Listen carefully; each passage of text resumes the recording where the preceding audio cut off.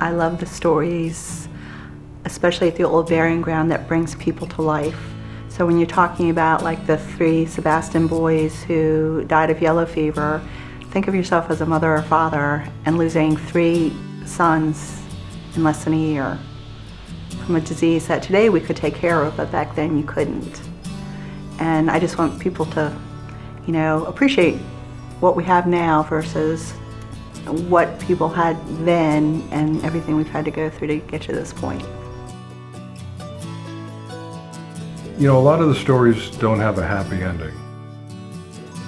And there's some stories in there that kind of touch people, and then you get to the ending of it, just, oh, that's so sad, oh, that's so sad. But life was so different for these people, and they had a way of life that we can't even identify with. And this is the old burying ground. There's a book, if you've ever come across it, called 199 Cemeteries That You Need to Visit Before You Die. And the old burying ground in Beaufort is actually in the book, along with Arlington and Normandy and so forth.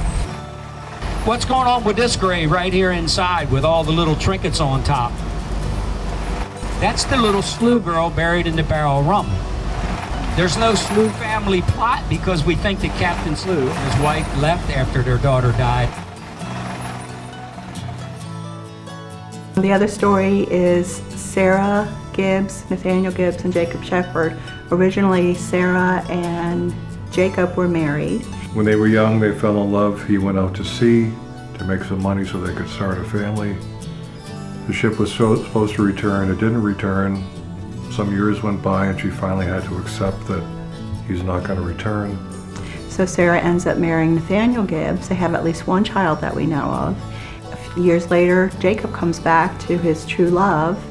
And when he got here, he found that Sarah was married to Mr. Gibbs. They made a deal that he said, you can have Sarah in life as long as I can have her next to me throughout eternity. So when they died, they were buried side by side.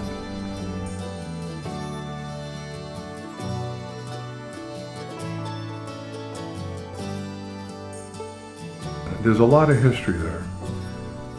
People want to know how many are buried in here. It's like, we really don't know because the oldest markers were shells and wood and they're gone. They walk around and they look at the headstones and monuments that we don't talk about, but they're very interested in the story. The docents at the old burying ground really do bring these people to life, and you can imagine being with them, right next to them, and experiencing some of the things they experienced.